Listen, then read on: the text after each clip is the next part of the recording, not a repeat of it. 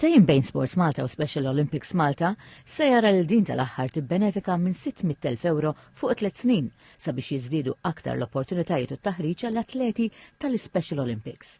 Il-President ta' Special Olympics Malta, Dr. Lydia Bela, qalet li l-Special Olympics tagħti perspettiva aktar speċjali lill-isport. Fih jinkludi l-inklusività. Kull persuna meta tagħtiha l-opportunità għandha l-abbiltajiet tagħha u hija kapaċi tilħaq il-ħolm tagħha u l-aspirazzjonijiet tagħha. Il-Kap Eżekuttiv ta' Sport Malta, Mark Kutajjar, qal li dan l-ftehim huwa riċetta għal suċċess fl-Olimpjadi Speċjali u bis-saħħa hekk ikomplu jiġu provduti opportunitajiet u postijiet ta' taħriġ lill-atleti kif ikkonferma l-atleta nnifsu Gilmer Borch. Li naraw l-Special Olympics Sports Malta jibqgħu jaħdmu flimkien hekk itini lili l-kuraġġ isma' ejja ħanoħroġ ħalli nkompli dik hija l-inklużjoni għax għandi inqas minn ħadd ieħor. Illum il-ġurnata li qegħdin hawn veru kuntent għax jiena naħna nħobbu ħafna l-inklużjoni. Nitkellmu fuq inklużjoni li hija l-ikbar inklużjoni għalina. Meta tara li qed ninvestu f'dat tfal li huma storja ta' suċċess mill-bidu sal-aħħar jimla l-ħaddiema tagħna b'kuraġġ kbir. Allura l-lum gburi għal dan l-investiment, gburi li ħanatu 600,000 euro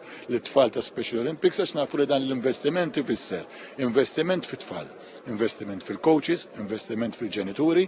Il-Ministru għall-Edukazzjoni, Sport, Żgħażagħ, Riċerka u Innovazzjoni Clifton Grima sostna li dan huwa passior favur l-inklużjoni u l-ftehim tal-lum huwa onur kbir għad-dinja tal-isport Malti. Faħar l-ambizzjoni, l-impenn u determinazzjoni li juru l-atleti u kull min huwa involut fit-tkabbir ta' dawn l-atleti li sejja bħala l-ambaxxaturi ta' Malta.